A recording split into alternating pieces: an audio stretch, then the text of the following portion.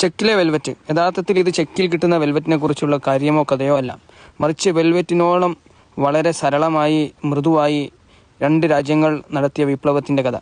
Check റിപ്പബ്ലിക്കിൽ പ്രവേശിച്ച് അതിൻ്റെ capital സിറ്റിയായ പ്രാഗിൽ പ്രവേശിക്കുമ്പോൾ ചെക്കിൻ്റെ ചരിത്രം ജസ്റ്റ് ഒന്ന് പരതി.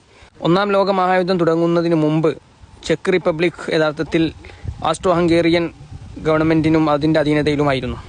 അതിന് മുമ്പ് ഹോളി റോമൻ എംപയറിന് കീഴിലുള്ള ബൊഹീമിയൻ ഗവൺമെൻറ്റും ബൊഹീമിയൻ എംപയറിനും കീഴിലായിരുന്നു യഥാർത്ഥത്തിൽ ചെക്ക് റിപ്പബ്ലിക്കും പ്രാഗും ഉണ്ടായിരുന്നത്. ഒന്നാം ലോക മഹായുദ്ധത്തിന് ശേഷം ചെക്ക് റിപ്പബ്ലിക് അടങ്ങുന്ന പ്രദേശം ചെക്കോസ്ലോവാക്യ എന്ന പേരിൽ ഒരു രാജ്യമായി രൂപപ്പെട്ടു. അതിനുശേഷം രണ്ടാം ലോക മഹായുദ്ധം നടക്കുമ്പോൾ ഈ പ്രദേശം ഹിറ്റ്ലറുടെ ജർമ്മനി കീഴടക്കുകയും അവിടെയുള്ള ജൂതന്മാരെ ഹോളോകോസ്റ്റിൻ്റെ ഭാഗമായിട്ട് ക്രൂശിക്കുകയും ചെയ്ത ഒരു ചരിത്രമുണ്ട്. രണ്ടാം ലോക മഹായുദ്ധം അവസാനിക്കുമ്പോൾ റഷ്യയാണ് ചെക്കിനെ ലിബറേറ്റ് ആക്കുന്നത്.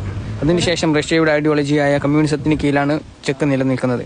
1980കളുടെ അവസാനത്തിലാണ് ചെക്കോസ്ലോവാക്യ എന്ന രാജ്യം രണ്ട് രാജ്യങ്ങളായി പിരിഞ്ഞ് ചെക്കും സ്ലോവാക്യയുമായി മാറുന്നു. ചെക്ക് റിപ്പബ്ലിക്കും സ്ലോവാക്യയുമായി പിരിയുന്ന റവല്യൂഷൻ വളരെ സ്മൂത്തായി രണ്ട് രാജ്യങ്ങളുടെ അധികാരികൾ പരസ്പരം ടേബിളിന് ചുറ്റും ഇരുന്ന് തീരുമാനിച്ചതുകൊണ്ട് തന്നെ ഒരു രക്തരഹിത വിപ്ലവമായതുകൊണ്ടാണ് ഇതിനെ വെൽവെറ്റ് വിപ്ലവം എന്നറിയപ്പെടുന്നത്.